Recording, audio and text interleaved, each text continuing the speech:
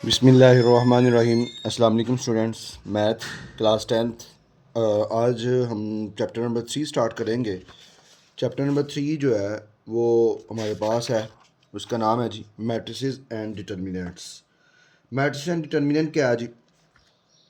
सबसे पहले मैट्रिक्स को देखेंगे कि a matrix is a rectangular array. एक रेक्टेंगुलर अरे है in shape whose elements are written within a square bracket, जिसके एलिमेंट्स को हम लोग स्क्वायर ब्रैकेट्स में लिखते हैं। स्क्वायर ब्रैकेट्स में जिसको लिखा जाता है लाइक एज ये हमारे पास ये स्क्वायर ब्रैकेट है जी, जिसमें एलिमेंट्स को हम स्क्वायर ब्रैकेट्स में लिखते हैं। और इन स्क्वायर ब्रैकेट्स के बाद इन स्पेसिफिक ऑर्डर, एक खास ऑर्डर के तहत, इन रोज एंड कॉलम्स, रोज और कॉलम्स में द अरे ऑब्टेन सर्टेन अलजेब्रिक एक्सप्रेशन। रोज और कॉलम में हम फॉर एग्जांपल ये है जी 1 4 9 6, हमने इस वैल्यूज़ को लिखा है, रोज और कॉलम्स में लिखा है। अब जो हॉरिजेंटल, इसको हम कोई नाम दे लेते हैं, लेट कर लेते हैं जी एक इक्वल, जो होगी ना हॉरिजेंटल, हॉरिजेंटल जो होंगी ना, ये हॉरिजेंटल जो है इसको हम कहेंगे, जो हॉरिजेंटल जो होंगी वो होती है रोज, और जो वर्टिकल्स होते हैं इसकी यहाँ पे कहते हैं हॉरिजेंटल लाइन। हॉरिजेंटल वैल्यूज़ जो होंगी उसको हम कहेंगे ये रोज़ है, और जो वर्टिकल लाइंस होंगी या वर्टिकल वैल्यूज़ होंगी उसको हम कहेंगे ये क्या है जी, कॉलम्स है। मैट्रिक्स कहता है जी कि खास एलिमेंट्स के तहत, खास आर्डर के तहत किसी वैल्यूज़ को एक स्क्वायर ब्रैकेट्स में लिखने को रोज़ और कॉलम में लिखने को हम मैट्रिक्स कहते हैं। आगे जी इसको हम देखते हैं। उन्होंने लिखा जनरली, आम तौर पर, the matrices are denoted by, matrix को डिनोट करते हैं by capital letter. Capital letter से इसको डिनोट किया जाता है, जैसे ABCDEF जो भी है, of the English alphabets, English alphabet में, while their elements are denoted by small elements, लेकिन जिसके अंदर एलिमेंट्स होते हैं वो स्मॉल होते हैं। अब ये देखें जी, A मैट्रिक्स है, B है, C है, D है, E है, F, अंदर वैल्यू जो भी हैं, लेकिन उन्होंने क्या, अगर वो इंग्लिश अल्फ़ाबेट्स की वैल्यू हैं तो वो अंदर लेटर स्मॉल आएंगे, जैसे A B C और D। उसके बाद rows and columns of matrix, entry और एंट्रीज। एक एंट्री या entries written in horizontal line, जो उसको हॉरिजॉन्टल लाइन है, लाइंस फॉर्म द रो, उसको रो या रोज ऑफ द मैट्रिक्स कहते हैं। कॉलम, एंट्री और entry written in vertical line, जिसको हम हॉरिजॉन्टल लाइन में लिखेंगे वो हो जाएंगी रोज, और जिसको हम वर्टिकल लाइंस में लिखेंगे वो हो जाएंगे कॉलम ऑफ द मैट्रिक्स। अब ये उन्होंने एग्जांपल दी है, A = 2 3 7 1 1 5 3 2 9 1 8 4। अब ये उन्होंने कहा जी एक रो ये है, ये 2 3 7 और 1, ये वाली जी एक रो ये है, और उसके बाद दूसरी रो ये है जी, और तीसरी रो ये है। इसी तरह अगर कॉलम्स की बात करें तो एक कॉलम ये है, एक ये है, एक ये है और एक ये है। 4 कॉलम्स हैं और इसमें 3 रोज़ हैं। तो यहाँ पे लिखा हुआ है matrix A has 3 rows and 4 column. Matrix A में 3 रोज़ हैं और 4 कॉलम्स हैं। इसी तरह मैट्रिक्स B है, उसमें भी उन्होंने 3 रोज़ दी गई हैं और 3 कॉलम दिए गए, तो matrix B has 3 rows and 3 columns. उसके बाद C = 5। अब इसमें रोज़ भी एक है और कॉलम भी एक है। अब इसमें उसके बाद हम क्वेश्चन नंबर 1 की तरफ आते हैं। क्वेश्चन नंबर 1 में लिखा हुआ है, right the number of rows and number of columns in each matrix. हमने हर मैट्रिक्स में नंबर ऑफ़ रोज़ और नंबर ऑफ़ कॉलम्स को बताना है कितने कितने हैं। अब ये हमारे पास क्वेश्चन नंबर 1 है, A = right the number of rows and number of column in each matrix. A = 0 0 0। अब इसमें हमने बताना है कि नंबर ऑफ़ रोज़ कितनी है और नंबर ऑफ़ कॉलम। ये हमारे पास एक मैट्रिक्स है। अब इसमें एक ये रो है R1 और एक ये रो है R2, 2 रोज़ हैं, और एक ये कॉलम है C1 और एक ये कॉलम है C2। तो हम यहाँ लिख देंगे number of rows in A 2 है, और number of columns in A ये भी कितना है 2, 2 रोज़ हैं और 2 कॉलम्स हैं। अब नेक्स्ट B वाले में, इसमें एक ये रो है R1, एक ये रो है जी R2 और एक ये रो है जी R3, 3 रोज़ हैं और एक ही कॉलम है। तो हम यहाँ लिख लेंगे number of rows in B = 3 rows है, number of column in B, अब इसमें एक ही कॉलम है तो हम यहाँ लिख देंगे इसमें सिर्फ एक कॉलम है। अब जो नंबर ऑफ़ C है, C के अंदर हमारे पास ये एक ही रो दी गई है R1। अब एक ये वर्टिकल लाइन में है C1 और एक ये वर्टिकल लाइन में है C2, एक ये वर्टिकल लाइन में है C3। तो हम लिख लेंगे number of rows in C, उसमें कितनी रोज़ हैं जी, एक रोज़ है, और number of column in C 1 column 2 column 3 column, तो हम यहाँ लिखेंगे नंबर ऑफ़ कॉलम्स कितने हैं, 3 हैं। नेक्स्ट जी उसका पार्ट नंबर डी वाला, डी में लिखा है 3 2 1 1 0 3 और 4 5 6। इसमें आप देखें जी, एक ये रो R1, एक ये रो R2 और एक ये रो है R3, 3 रोज़ होगी। एक ये कॉलम C1, एक ये कॉलम C2 और एक ये कॉलम है C3। अब इसमें 3 रोज़ हैं और 3 ही कॉलम है, तो हम लिख लेंगे number of rows in D3 and number of column in D3। अब ये E के अंदर एक ये रो है R1 और एक ये रो है R2, 2 रोज़ है। एक ये कॉलम C1, एक ये कॉलम C2 और एक ये कॉलम C3। इसमें 2 रोज़ हैं और 3 कॉलम है, तो नंबर ऑफ़ रोज़ इन ई जो है वो 2 रोज़ हैं और नंबर ऑफ़ कॉलम इन ई जो है वो कितना है जी, 3 वाला, 3 है। 2 रोज़ हैं एंड 3 है। नेक्स्ट जी क्वेश्चन नंबर 2 पे आते हैं। अब क्वेश्चन नंबर 2 में लिखा है right the order of each matrix. Her matrix का हमने ऑर्डर बताना है। ऑर्डर क्या है, अब पहले ऑर्डर को समझ लेते हैं। ऑर्डर क्या है जी, a matrix has, if a matrix has m number of rows, अगर किसी मैट्रिक्स में m जो है वो नंबर ऑफ़ रोज़ है एंड n जो है वो नंबर ऑफ़ कॉलम, m जो नंबर ऑफ़ रोज़ को m से और नंबर ऑफ़ कॉलम्स को n से, then the order of size of matrix A is m by n। तो उसका फार्मूला जो हो गया वो हो गया जी m बाई n। मैट्रिक्स, किसी भी मैट्रिक्स का अगर ऑर्डर मालूम करना है तो उसका formula m by n, m से मुराद नंबर ऑफ़ रोज़ और n से मुराद number of columns. Order of matrix B, ये उन्होंने कहा जी इसका ऑर्डर बताना है। इसमें देखें जी हमारे पास एक ये रो है, एक ये रो है, एक ये रो है, ये 3 रोज़ हैं, एक ये कॉलम, दूसरा कॉलम और तीसरा कॉलम, 3 कॉलम, 3 रो और 3 कॉलम, तो इसका ऑर्डर क्या हुआ 3/3। आगे उन्होंने लिखा है if the order of matrix is 3/4, अगर किसी मैट्रिक्स का ऑर्डर 3/4 है, इट मीन्स उसका मतलब है इट हैज़ 3 रोज़, उसमें 3 रोज़ हैं और 4 कॉलम और 4 कॉलम है। इट डज़ नॉट मीन, उसका ये मतलब नहीं है 3/4 इज़ इक्वल टू 12। हाँ, और उन्होंने कहा जी हाउएवर, तो हम ये कह सकते हैं 12 gives the number of element, 12 जो है नंबर ऑफ़ एलिमेंट्स है इन द मैट्रिक्स के अंदर। अभी अगर हम इसमें कहें 3 रोज़ 3 कॉलम है तो हम 3/3 कह सकते हैं, लेकिन अगर हम कहेंगे 3 3 आर 9, तो वो 9 इसके अंदर एलिमेंट्स हैं, वो एलिमेंट्स काउंट होंगे, ना कि वो उसका वो ऑर्डर काउंट होगा। अब इसमें आए क्वेश्चन नंबर 2 में आते हैं, right the order of the each of the matrix. इसमें हमने बताना है ईच ऑफ मैट्रिक्स ऑर्डर क्या है।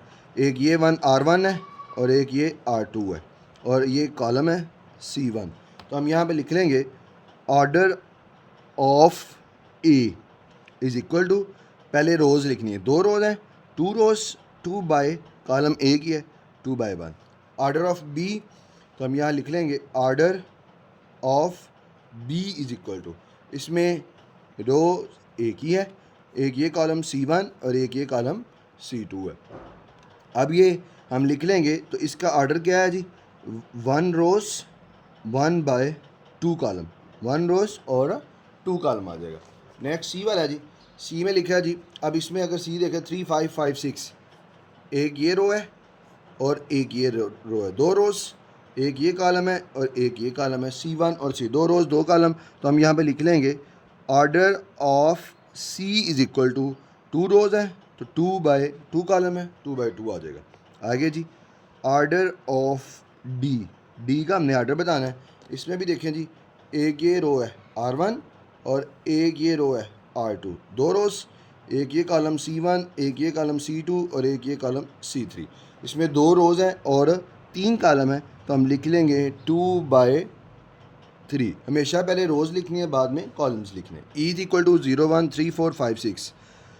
ऑर्डर ऑफ ई, हमने ई का ऑर्डर बताना है, तो ई के ऑर्डर में एक ये रो है, एक ये रो है और एक ये रो, मतलब R1 R2 और R3 है। कॉलम एक ये C1 है और एक ये C2 है, 2 कॉलम्स हैं, 3 रोज़ हैं, तो हम पहले रोज़ लिखते हैं, 3 रोज़ और 2 कॉलम, 3/2 उसका ऑर्डर आ जाएगा। अब ऑर्डर ऑफ एफ़,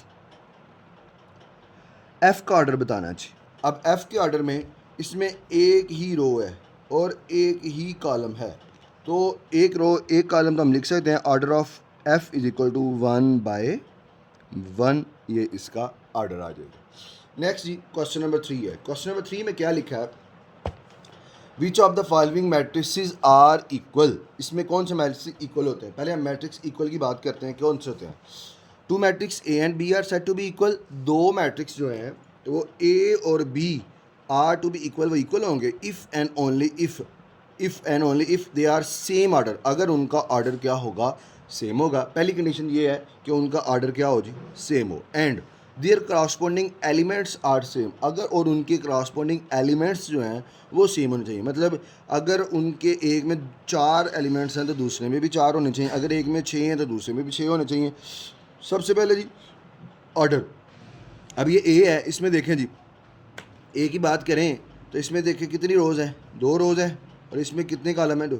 अगर इसका ऑर्डर हुआ 2/2 और इसमें भी एक रोज़ 2 रोज़ हैं और इसमें भी 2 कॉलम है, ये सारी वैल्यू एक काउंट होगी, 2 काउंट नहीं होगी, ये एक ही वैल्यू है। वो इसको सॉल्व करेंगे दोबारा वही बन जाए। तो इसमें भी ऑर्डर 2/2 है, तो हम कह सकते हैं A and B are equal matrices, A और बी इक्वल हैं। इसी तरह सी में ये देखें जी ए बी है, अब इसका ऑर्डर है जी क्या, 1/2, क्योंकि इसमें एक रो है और 2 कॉलम है, और इसमें भी एक रो है 1/2 इसका भी है, ये है। तो हम लिख सकते हैं A C and D are equal matrices if and only if A equal to 3 and B equal to 4। उन्होंने वो वलीदा सी बात उनके ए 3 के इक्वल है और बी 4 के इक्वल है। अब इसमें पहली कंडीशन ये है कि उसका वो तब इक्वल होगा जब उसका ऑर्डर सेम होगा, दूसरा उसकी करस्पॉन्डिंग एलिमेंट्स भी सेम हो जाए, तब भी वो ऑर्डर सेम आ जाएगा। अब ये हमारे पास है right the following matrices are equal, A है 0 3 4 1। अब ए का जो ऑर्डर है वो है जी 2/2, 2 रोज़ हैं और 2 कॉलम है। अब इसमें अगर बी में देखें तो बी का ऑर्डर क्या है जी, बी में 2 रोज़ हैं लेकिन 1 कॉलम है। सी में देखें 1 2 3 2 कॉलम, तो हम यहाँ पे लिख सकते हैं 3/2। और सी में देखो, और ये डी, बल्कि डी में इसका नाम डी है जी, डी में हम देखें तो 5 + 4 एक वैल्यू है, -8 + 1 एक वैल्यू है, तो 5 + 4 करोगे 9 आएगा, -8 + 1 करोगे तो -7 आएगा। तो उसमें हमारे पास फिर क्या होगा, उसमें 2 रोज़ होंगी और 1 कॉलम होगा। और ई वाले में जो है इसमें 3 रोज़ और 2 कॉलम्स, तो हम लिख लेंगे 3/2। इसमें अगर करें 3 - 3 करो तो 0, मतलब एक वैल्यू ये, एक वैल्यू ये, मतलब ये एक ये वैल्यू काउंट होगी, एक ये होगी, एक ये होगी, एक ये होगी, मतलब 2 रोज़ हैं और 2 ही कॉलम है। तो हम इसमें बताना है किसके, अब देखो ए का ऑर्डर है 2/2 और इस सारे में ऑर्डर सेम किसका है, एफ़ का। तो हम लिख लेंगे A is equal to F, A जो है वो एफ़ के इक्वल है। उसके बाद बी में लिखा हुआ है 9 - 7, इसमें कितनी रोज़ हैं, 2 रोज़ हैं और एक कॉलम 2/1, और 2/1 ऑर्डर किसका है, डी का। तो हम लिख लेंगे B is equal to D, B जो है वो डी के इक्वल है। उसके बाद हमने बताना है जी सी वाले में 3/2, 3 रोज़ हैं 2 कॉलम्स हैं। उसके अलावा इसमें भी 3 रोज़ हैं 2 कॉलम है, तो सी इक्वल टू किसकी आ जाएगा जी, सी इज़ इक्वल टू ई के आ जाएगा। अब ये हमारे पास आ गया जी, हमने बताने थे कौन से मैट्रिक्स इक्वल हैं। वो मैट्रिक्स इक्वल होता है जिनका ऑर्डर सेम हो, या वो मैट्रिक्स इक्वल होते हैं जिनकी करस्पॉन्डिंग एलिमेंट्स सेम हो। Next question number 4। Question number 4 है जी, if a + 2 c - 3 b - 1 d + 4 is equal to 5 8 6 4, then find the value of. तो वैल्यू मालूम करो, किसकी वैल्यू मालूम करनी है जी, हमने वैल्यू मालूम करनी है जी A B C and D. अब ए बी सी और डी की वैल्यू मालूम करनी है। अब 2 मैट्रिक्स हैं, दोनों इक्वल हैं।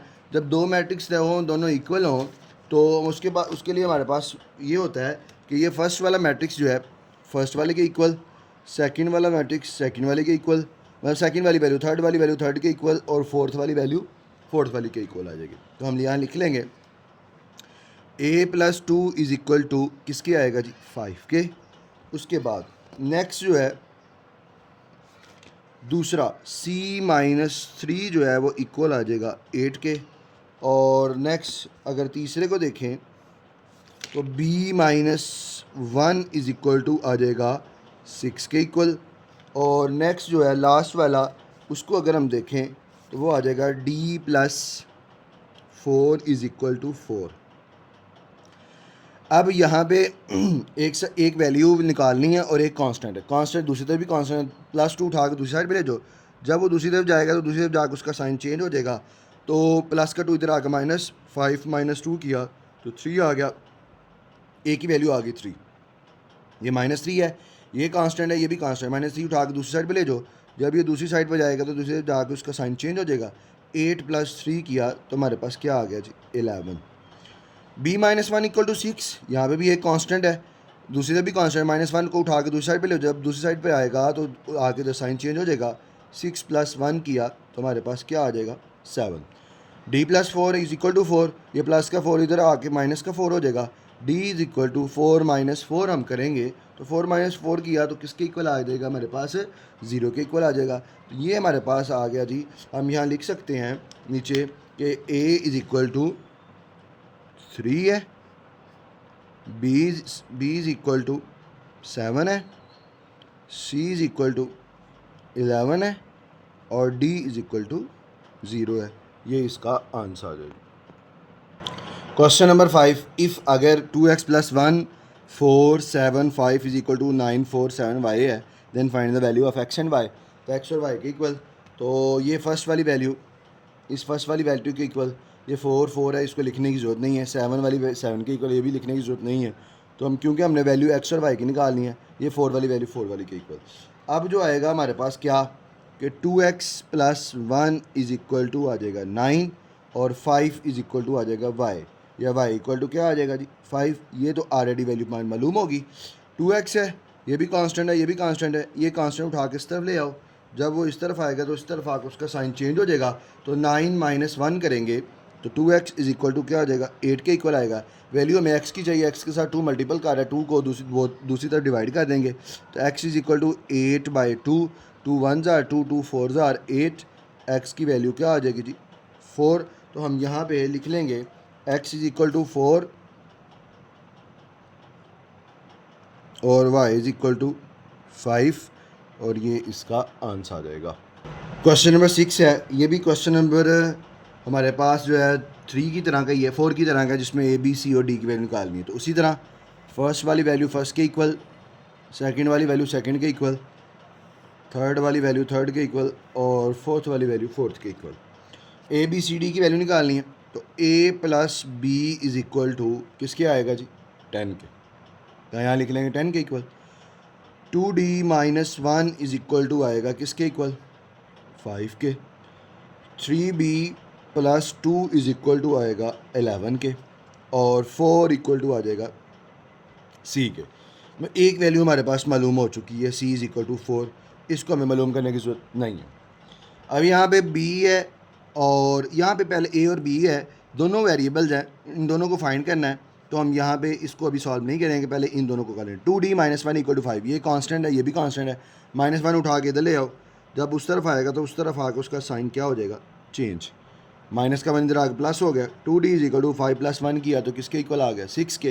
वैल्यू d की चाहिए, d के साथ 2 मल्टीपल कर रहा है, 2 दूसरी तरफ जाकर डिवाइड हो जाएगा। 2 1s are 2, 2 3s are 6, d की वैल्यू जो आ गई वो हमारे पास क्या आ गई, 3। उसके बाद ये है 3b + 2 = 11, ये कांस्टेंट है, ये भी कांस्टेंट। +2 उठा के दूसरी साइड पर ले जाओ, जब वो दूसरी तरफ जाएगा दूसरी तरफ जाकर -2 हो जाएगा। 3b = क्या आएगा, 9। वैल्यू b की चाहिए, b के साथ 3 मल्टीपल कर रहा है तो 3 को दूसरी तरफ डिवाइड कर देंगे। 3 1s are 3, 3 3s are 9, तो b किसके इक्वल आ गया जी, 3 के इक्वल। सी भी आ गया, बी भी आ गया, डी भी आ गया। अब ये जो बी की वैल्यू आई है यहाँ पुट करके यहाँ की निकालो। हम ये कहीं लिख लो, put the value of B, B की वैल्यू पुट कर लो। तो बी की वैल्यू क्या है, 3। a + 3 = 10, a = 10 - 3, 10 - 3 किया तो किसके इक्वल आ गया जी, 7 के। हम यहाँ लिख सकते हैं जी, a जो है a = 7, b = 3, c = 4 और d = 3। ये इसके हमारे पास answer. Question number 7, p + q = इसी में भी वही दो मैट्रिक्स हैं, दरमियान में इक्वल है, तो फर्स्ट वाली वैल्यू फर्स्ट के इक्वल, सेकंड वाली सेकंड के, थर्ड वाली थर्ड के, फोर्थ वाली फोर्थ के। तो p + q जो है वो इक्वल आएगा 6 के। 5 5 के इक्वल है, लिखने की ज़रूरत नहीं है। 11 11 के ये भी लिखने की ज़रूरत नहीं है। p - 2q = 0। अब ये इक्वेशन बनी है, एक ये इक्वेशन है, एक ये इक्वेशन है। अब इसको हम क्या लेंगे, इक्वेशन नंबर 1 और इसको हम क्या लेंगे, इक्वेशन नंबर 2। अब अगर हम कोफिशिएंट देखें तो p का भी 1 है, इसमें भी p का 1 है, तो हम ये भी दोनों, ये भी प्लस का, ये भी प्लस का, तो हम लिख लेंगे सब्ट्रैक्ट इक्वेशन 2 फ्रॉम 1 से 2 को सब्ट्रैक्ट करो। 1 है p plus Q is equal to 6 और p minus 2q is equal to 0। अब जब सब्ट्रैक्ट करना है साइन चेंज, ये प्लस क्या तो क्या हो जाएगा माइनस का, ये माइनस का क्या हो जाएगा प्लस का, ये माइनस का हो जाएगा और ये माइनस का हो जाएगा। Plus p minus p cut जाएंगे, प्लस का 2q प्लस का q करेंगे तो प्लस का 3q, 6 प्लस 6 माइनस 0 करोगे तो 6 ही आएगा। 3q equal to 6 value q की चाहिए, q के साथ 3 मल्टीपल कर रहा है तो 3 तो दूसरी तरफ जाकर डिवाइड हो जाएगा। q इक्वल टू 3 1 जार 3 3 2 जार 6, q की वैल्यू जो हमारे पास आ गई वो क्या आ गई जी 2। अब ये q की वैल्यू आई है, उसको किसी एक इक्वेशन 1 या 2 में पुट करके p की निकाल लो। हम यहाँ लिख लेंगे put the value of q in equation number 1। Equation number 1 में करना है तो इक्वेशन 1 क्या है, p plus Q is equal to 6 है, तो हम यहाँ लिख लेंगे p plus Q is equal to 6। तो p प्लस q की वैल्यू क्या है 2 is equal to 6, p is equal to 6 minus 2, plus का 2 इधर आकर माइनस हो जाएगा। p is equal to 6 minus 2 किया तो किसके इक्वल आ जाएगा 4 के, और ये हमारे पास p प्लस q का आंसर आ जाएगा। ये हमारे पास एक्सरसाइज 3.1 कंप्लीट हो गया है। नेक्स्ट हम 3.2 की तरफ चलते हैं।